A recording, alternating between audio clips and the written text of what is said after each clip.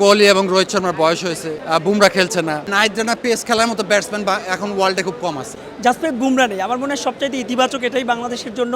যদি প্রথম ম্যাচটা ভারতকে হারাতে পারে তাহলে এই আগ্রহটাই কয়েক গুণ আবার বেড়ে যাবে এবং বাংলাদেশের মানুষ আবারও এই বাংলাদেশের ক্রিকেটারদিকে সমর্থন দেওয়ার জন্য সবাই তৈরি থাকবে। বাংলাদেশের খুব ভালো সম্ভাবনা আছে, কারণ হচ্ছে ভেরি এনার্জেটিক টিম, আর যাদের সাথে খেলা তারা একটু, আমার কাছে মনে হয় তারা মেন্টালিটি উইক আছে। যেমন ভারত, বুমরা খেলছে না, কোহলি এবং রোহিত শর্মার বয়স হয়েছে।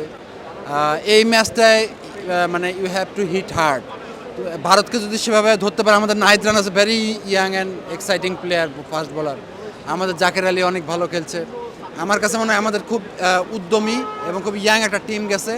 ক্রিকেটে নাহিদ রানা পেস খেলার মতো ব্যাটসম্যান এখন ওয়ার্ল্ডে খুব কম আছে, মানে আই গেস। আমার ধারণা নাহিদ রানা যদি 2017 সালে মোহাম্মদ আমিরের ফাইনালে ওই স্পেলটা দেখে, যে মোহাম্মদ আমির রোহিত শর্মা এবং বিরাট কোহলিকে কীভাবে আউট করছে, নাহিদা যদি ইন্সপায়ার হতে পারে, আমি শিওর ভারতকে দুবাইতে হারাবে বাংলাদেশ। আমি খুবই ভালো সম্ভাবনা দেখছি। এটা শুধুমাত্র সেমিফাইনাল গেলোবার খেলেছে বা নাজমুল হোসেন শান্ত বলেছে আমরা চ্যাম্পিয়ন হতে চাই, সে কারণেই না। আপনি দেখেন জাসপ্রীত বুমরা নেই, আমার মনে হয় সবচাইতে ইতিবাচক এটাই বাংলাদেশের জন্য। প্রথম ম্যাচটা যদি বাংলাদেশ জিততে পারে, আমার মনে হয় সেমিনা বাংলাদেশ দল অনেক দূর যেতে পারে। কারণ সবচাইতে বড় বিষয়, বাংলাদেশ দল অনেকেই বলবেন যে টি20 ফরম্যাট খেলে চ্যাম্পিয়ন্স ট্রফি খেলতে গেছে, কিন্তু রানে আছে ক্রিকেটাররা, এটাই বোধহয় সবচাইতে ইতিবাচক বাংলাদেশের জন্য। এবার আমি আশাবাদী অ্যাটলিস্ট বাংলাদেশ ভালো পারফর্ম করবে। এই কারণে আশাবাদী যে বাংলাদেশের দলটা যদি দেখেন যথেষ্ট ব্যালেন্স। টপ অর্ডারে তানজিদ তামিম ফর্মে আছে, মিডল অর্ডারে দুজন অভিজ্ঞ ক্রিকেটার আছে, মুশফিক মাহমুদুল্লাহ। 6-7 নম্বরে একটা খুব কম বলে বেশি রান করে দেওয়ার মতো একটা সামর্থ্য যদি বলা হয়, জাকির আলী অনেক সেও আছে। বোলিং ভ্যারিয়েশন অনেক বেশি। 3 জন যে পেসার আছে একাদশে খেলবে আমার কাছে মনে হচ্ছে, সেটা তাসকিন, নাহিদ রানা কিংবা মোস্তাফিজ। 3 ধরনের বোলার, খুব গতিময় বোলারও আছে, আবার কাটার মারার মতো বোলারও আছে। আবার স্পিনের কথা যদি বলি, লেগ স্পিনার আছে, বাহাতি স্পিনার আছে, আবার অফ স্পিনারও আছে।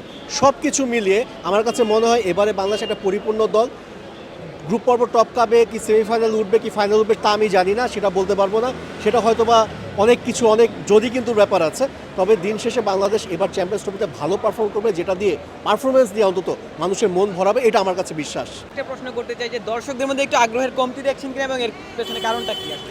দর্শকের কিছুটা আগ্রহ আমার কাছে কম মনে হচ্ছে। সেটা আসলে আমি বলবো কিছুটা আসলে দেশের পরিস্থিতির কথা যদি বলি, সেটা একটা ইস্যু।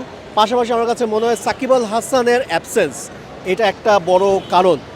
সাকিব আল হাসান একটা অনেক বড় ফ্যান ফলোয়ার আছে এবং তার না থাকাটা কিছুটা হলেও তারা হতাশ। এই হতাশা থেকে হয়তো বা আগ্রহটা তুলনামূলক কম আমার কাছে মনে হয়। তবে আমার বিশ্বাস বাংলাদেশ যখন চ্যাম্পিয়ন্স ট্রফি স্টার্ট করবে, ভালো পারফর্ম করবে, যদি প্রথম ম্যাচটা ভারতকে হারাতে পারে তাহলে এই আগ্রহটাই কয়েক গুণ আবার বেড়ে যাবে এবং বাংলাদেশের মানুষ আবারও এই বাংলাদেশের ক্রিকেটারদিকে সমর্থন দেওয়ার জন্য সবাই তৈরি থাকবে। আগ্রহের কমতে আমার মনে হয় খেলা শুরু হয়ে গেলে ঠিক হয়ে যাবে। আর এই জিনিসটাকে আমি আরও ইতিবাচক হিসেবে দেখছি। যখন অনেক বেশি আগ্রহ থাকবে, অনেক বেশি প্রত্যাশা চাপ থাকবে, সেটা অনেক সময় বুমেরাং হয়, আমরা দেখেছি এর আগেও।